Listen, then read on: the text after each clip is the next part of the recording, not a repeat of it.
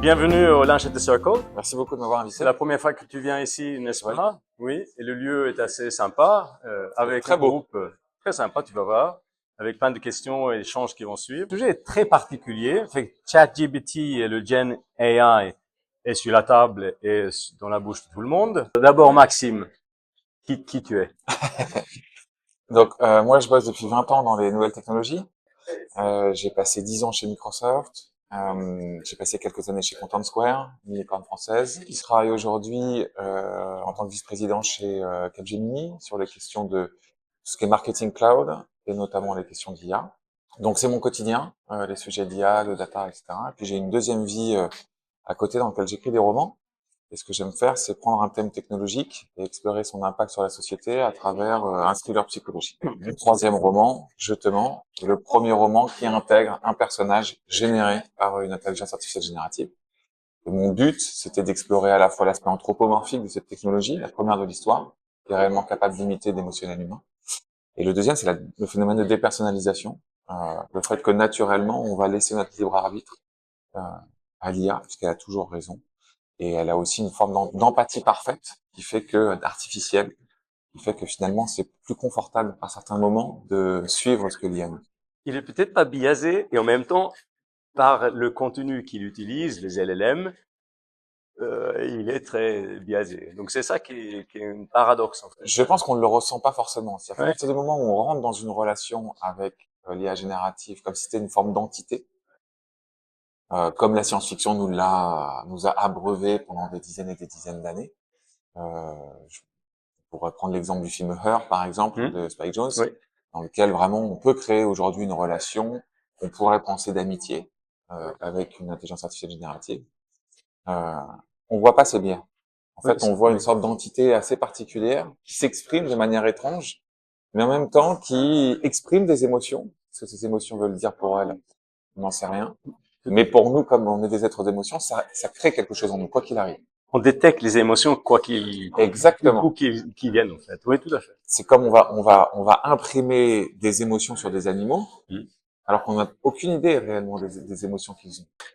Il faut redire que Je te mens, Ouais, c'est ton troisième livre. tout à fait, Donc il y a eu deux livres avant. tout à fait. Donc effectivement, pour quelqu'un comme moi, tu es un écrivain.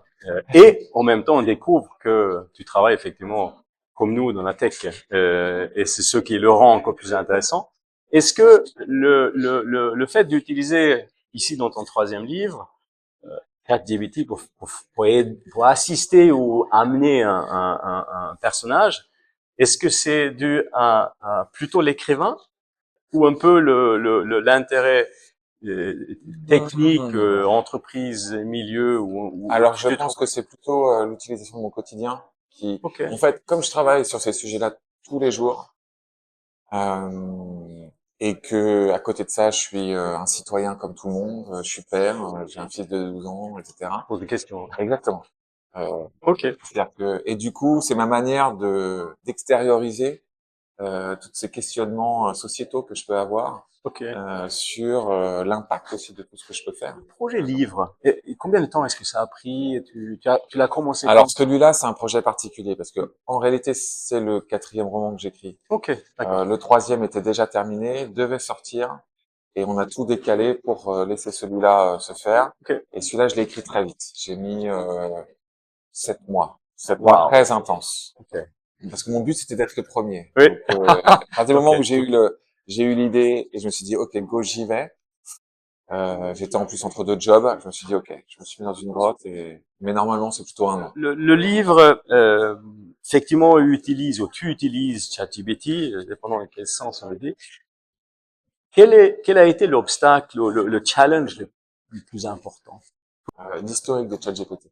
Mais en fait, c'est une problématique qui n'existera plus dans un court terme. C'est-à-dire que, il y a un moment donné où tout notre historique sera dans nos smartphones ou dans nos ordinateurs.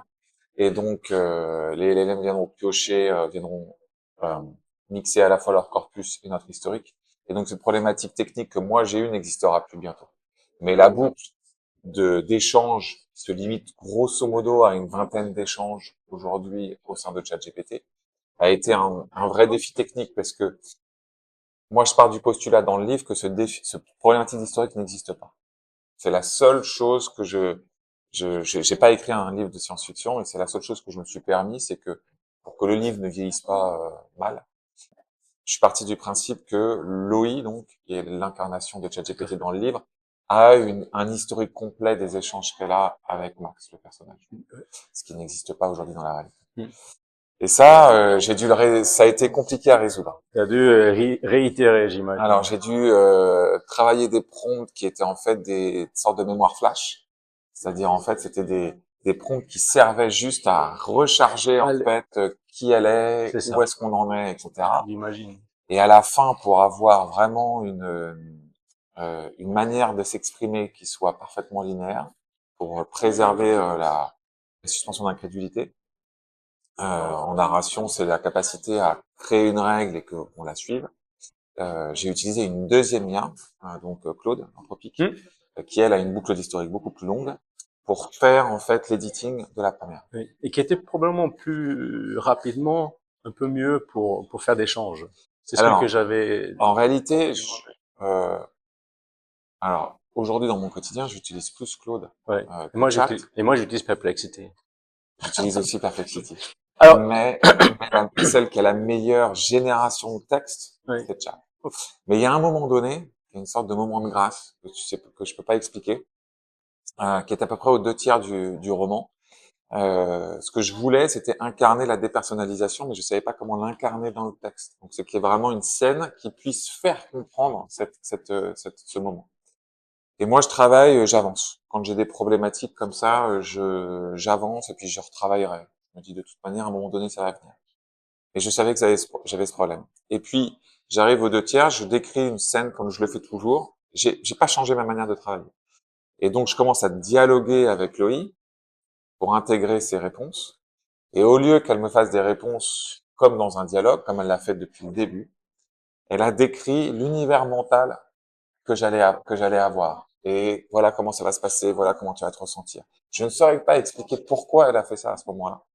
Mais d'une manière incroyable, elle a incarné la dépersonnalisation elle-même. On ressent un peu le livre, la transformation dans les entreprises, du cours. C'est quoi le challenge le plus important c'est quoi l'opportunité pour ne pas être en challenge? Écoute, alors il y en a beaucoup. Il y en a beaucoup. Le numéro 1? Moi, le sujet sur lequel je travaille le plus aujourd'hui à court terme, c'est le référencement au sein de GenAI Search.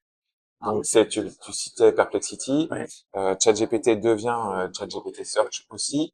Gartner a donné une première tendance qui disait qu'à horizon 2026, 25% du trafic des moteurs de recherche classiques passerait sur des GenAI Search.